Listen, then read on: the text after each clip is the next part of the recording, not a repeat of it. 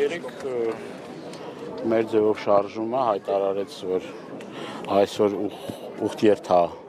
տեղի ունենալու մայրաթոր Սուրբ Էջմիածին, մենք էլ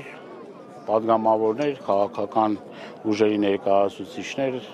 հասարակության տարբեր շերտերից մենք տեսնում ենք բավականին մարդիկ շտապում են մայրաթոր Սուրբ Էջմիածնին, իրենց աջակցությունը եւ զորակցությունը հայտնելու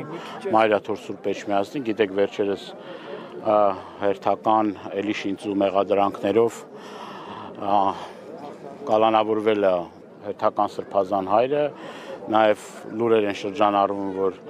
իշխանությունները պատրաստվում են հարձակում գործել մայրաթորի վրա եւ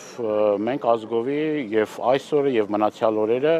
պետք է համախմբված պաշտպանենք մեր հորտունը, արդեն նենց է դարձել, որ Հայաստանի Հանրապետության իշխանությունները արդեն չեն էլ թաքցնում իրենց նենք կեղտոտ ծրագրերը կապված մայրաթորի հետ։ Շնորհակալ եմ։